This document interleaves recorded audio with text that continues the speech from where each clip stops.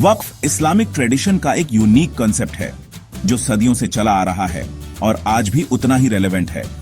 ये नेकी और चैरिटी का काम है जो समाज के कमजोर वर्गों की मदद करता है और उन्हें सपोर्ट प्रदान करता है। इसमें प्रॉपर्टी या एसेट्स को रिलीजियस, एजुकेशनल या चैरिटेबल पर्पसेस के लिए डेडिकेट करना होता है जिससे समाज को लाभ हो। वक्फ का मतलब होता है रोकना या संरक्षित रखना, जो इस एंडोमेंट के स्थायित्व को दर्शाता है। ये एंडोमेंट के परमानेंट नेचर को दर्शाता है जो इसे एक विशेष प्रकार की संपत्ति बनाता है।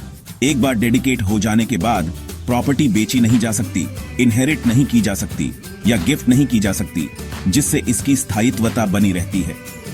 वक्फ मुस्लिम सोसाइटीज में बहुत इंपॉर्टेंट रोल प्ले करता है क्योंकि ये समाज के विभिन्न पहलुओं को सपोर्ट करता है। ये कम्युनिटी की वेल बीइंग इंश्योर करता है जिससे सभी को लाभ होता है। ये मॉस्क्स, स्कूल्स, हॉस्पिटल्स और दूसरे चैरिटेबल इंस्टीट्यूशंस को सपोर्ट करता है जिससे समाज में एक पॉजिटिव इंपैक्ट पड़ता है। वक्फ इस्लामिक टीचिंग्स में सोशल रिस्पॉन्सिबिलिटी और कम्युनिटी को वापस देने के इंपॉर्टेंस को दिखाता है, जो एक महत्वपूर्ण संदेश है। वक्फ का कॉन्सेप्ट कुरान और पैगंबर मोहम्मद की टीचिंग्स में रूटेड है, जो इसे और भी महत्वपूर्ण बनाता है। ये एक बहुत ही पुण्य का काम माना जाता है जो समाज में शांति और समृद्धि लाता है। ये डोनर और बेनिफिशरीज दोनों के लिए ब्लेसिंग्स लाता है जिससे सभी को लाभ होता है। वक्फ का एक लंबा और रिच हिस्ट्री है जो सदियों और महाद्वीपों तक फैला हुआ है और आज भी उतना ही महत्वपूर्ण है। वक्फ की प्रैक्टिस 7वीं सदी के अरब में पैगंबर मोहम्मद के समय से चली आ रही है। यह एक ऐसी परंपरा थी जिसने समाज में एक नई दिशा दी। ये नई मुस्लिम कम्युनिटी को सपोर्ट करने के तरीके के रूप में उभरा। वक्फ ने सामाजिक और आर्थिक स्थिरता प्रदान की। पैगंबर ने खुद मदीना में एक मॉस्क बनाने के लिए जमीन का एक टुकड़ा डेडिकेट करके पहला वक्फ एस्टैब्लिश किया था। यह एक महत्वपूर्ण कदम था जिसने वक्फ की नींव रखी।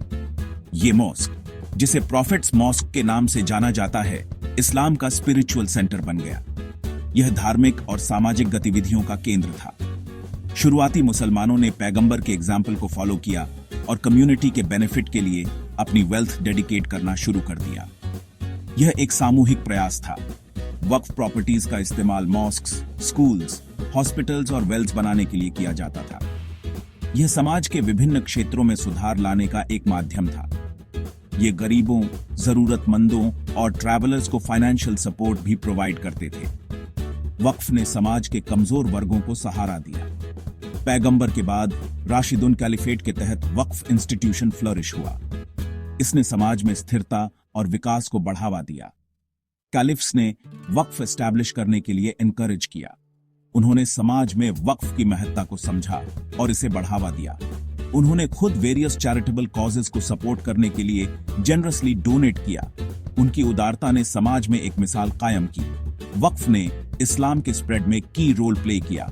यह धार्मिक और सामाजिक विकास का एक महत्वपूर्ण हिस्सा बन गया। इसने अर्ली इस्लामिक वर्ल्ड में एजुकेशन, हेल्थ केयर और सोशल वेलफेयर के डेवलपमेंट में भी सिग्निफिकेंटली कंट्रीब्यूट किया। वक्फ ने समाज के हर पहलू को छुआ और उसे समृद्ध बनाया। 12वीं शताब्दी में इस्लाम के आगमन के साथ वक्फ भारत में आया।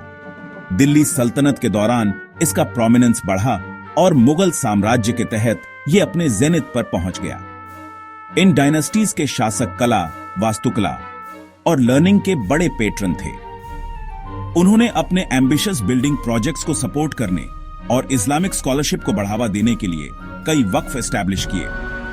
खासतौर पर मुगल बादशाह अपने लैविश एंडोमेंट्स के लिए जाने जाते थे। मुगल बादशाहों में सबसे महान अकबर ने अपने पूरे साम्राज्य में वक्फ का एक वास्ट नेटवर्क एस्टैब्लिश किया। उन्होंने मॉस्क्स, श्राइन्स, स्कूल्स, हॉस्पिटल्स और दूसरे चैरिटेबल इंस्टीट्यूशंस को सपोर्ट करने के लिए जमीन और रेवेन्यू ग्रांट की। मुगल वक्फ के दूसरे नोटेबल एग्जाम्पल्स में दिल्ली की जामा मस्जिद, जो भारत की सबसे बड़ी मॉस्क है, हुमायूं का मकबरा, जो ताजमहल का प्रिकर्सर है, और ट्रैवल और कॉमर्स को आसान बनाने के लिए मेजर ट्रेड रूट्स के किनारे बनाए गए कई गार्डन्स, कैनाल्स और रेस्ट हाउसेज शामिल हैं। भारत में ब्रिटिश कॉलोनियल रूल ने वक्फ प्रॉपर्टीज के एडमिनिस्ट्रेशन में सिग्निफिकेंट चेंजेस लाए। ब्रिटिश अपने लीगल और एडमिनिस्ट्रेटिव सिस्टम्स के चलते वक्फ इंस्टीट्यूशंस को रेगुलेट और कंट्रोल करना चाहते थे। इससे कई लीगल चैलेंजेस और डिस्प्यूट्स पैदा हुए।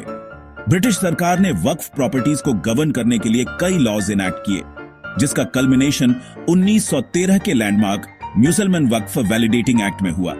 इस एक्ट का उद्देश्य कुछ वक्फ एंडोमेंट्स को वैलिडेट करना था, जिन्हें अर्लियर कोर्ट रूलिंग्स ने इनवैलिड घोषित कर दिया था। 1913 के एक्ट ने वक्फ प्रॉपर्टीज को मैनेज करने के लिए मटवालिस या ट्रस्टीज की अपॉइंटमेंट के लिए एक फ्रेमवर्क भी एस्टैब्लिश किया।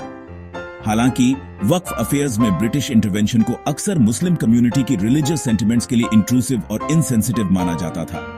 इस पीरियड में वक्फ मैटर्स में ब्रिटिश इंटरफेरेंस के खिलाफ रिजेंटमेंट बढ़ता गया।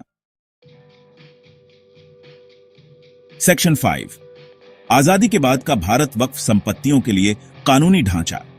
1947 में भारत को आजादी मिलने के बाद सरकार ने वक्फ प्रॉपर्टीज को प्रोटेक्ट और प्रिजर्व करने के इंपॉर्टेंस को रिकॉग्नाइज किया।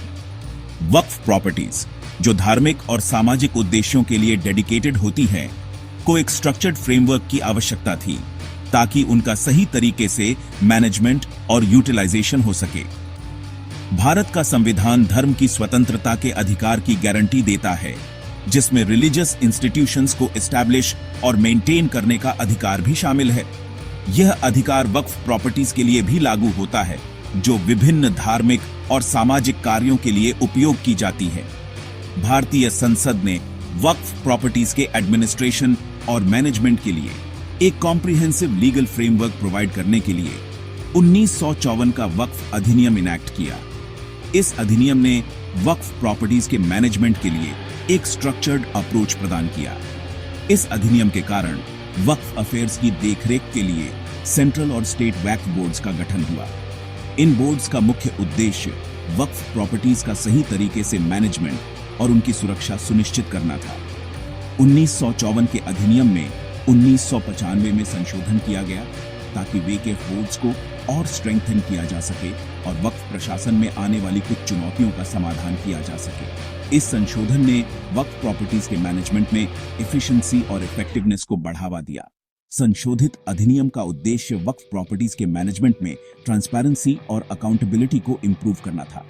इसके साथ ही यह सुनिश्चित करना था कि वक्फ प्रॉपर्टीज का उपयोग उनके इंटेंडेड पर्पसेस के लिए ही हो।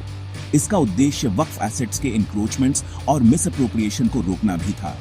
वक्फ प्रॉपर्टीज की सुरक्षा और उनका सही उपयोग सुनिश्चित करने के लिए यह एक महत्वपूर्ण कदम था।